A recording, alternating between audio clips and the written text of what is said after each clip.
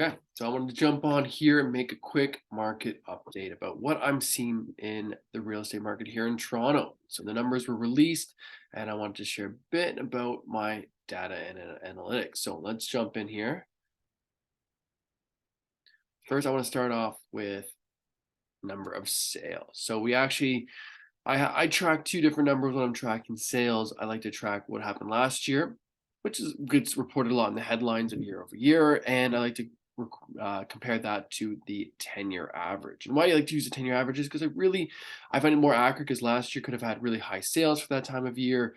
It could have been really low sales. And so those posted numbers, when you compare them, could be skewed by, yearly, market differentials, right? Rather, when you look at a 10-year average, you're really looking at what do we typically see for that season. And so as we compare from last year, we were down by 50% number of sales. Really, to our 10-year average for February is more like 30%.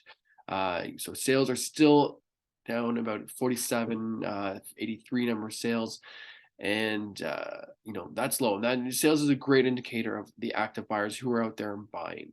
And when you compare that, really for the last decade, you can see here's our number here, 4,700 during the pandemics. 7,000, 10,000, 9,000. But compared to after the 2017 correction, 5,000, 5,000, we're kind of right in that range for when the market corrected there. And then other historic, when you go back even further, we see it similar to 2013, 2014 activity levels. So the biggest thing to note here, what I've noted under sales, is actually the increase from last month. So really seeing the market pick up in February, and even as we head into March, I'm seeing more and more of an uptick. Compare that to new listings. New listings, again, still about down at least 30% from our 10-year average, and significantly down from where the market was taking off last year, where we were having lots, new listings come to the market.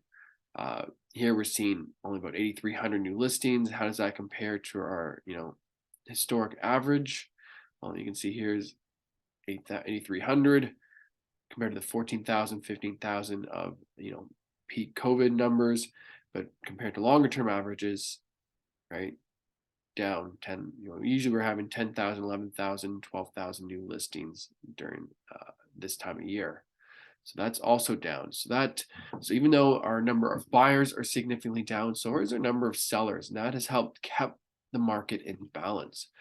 And so when you look at active inventory, again, with sellers also being new listings kind of lower than historic, we're seeing the active inventory generally below average. Now, nowhere near where the active inventory low levels were during the 2022 takeoff, because this is where things were extremely heated with this low level of inventory. We're still at 9,600, which is below our 10-year average, but well above last year's numbers. So what impact on price did this have? We jump over to the average price. You can see here's our kind of last 20 years. It pushed prices back up to 1,095,000. And so going along this trend line, this is the peak 2022. It's dropped. Now we're kind of really sitting at 2021 levels. So this right here, 1.1 was about the average price for 2021, and that's about where we're at now. So we had our seasonal dip here, and I can expect things probably to continue along, the 1.1 average that we're going to see. Things I like to watch for market heat.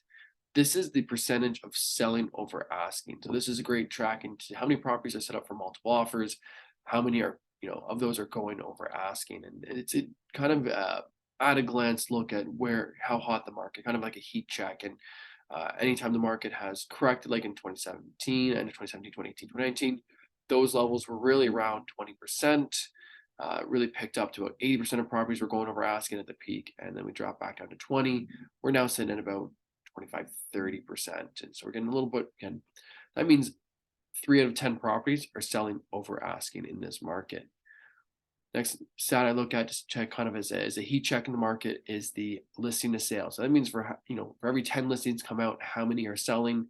And we're at about 60%, which is 6 out of 10. And that's kind of indicative of more of a seller's market. When more listings are selling than hitting the market, we're seeing activity pick up and inventory decrease, which has led to the months of inventory, I think I track, start to decrease. So we're back down to 2 months of inventory. We're heading into the seller's market here, which means there's just not enough listings right now for the number of buyers that are out there.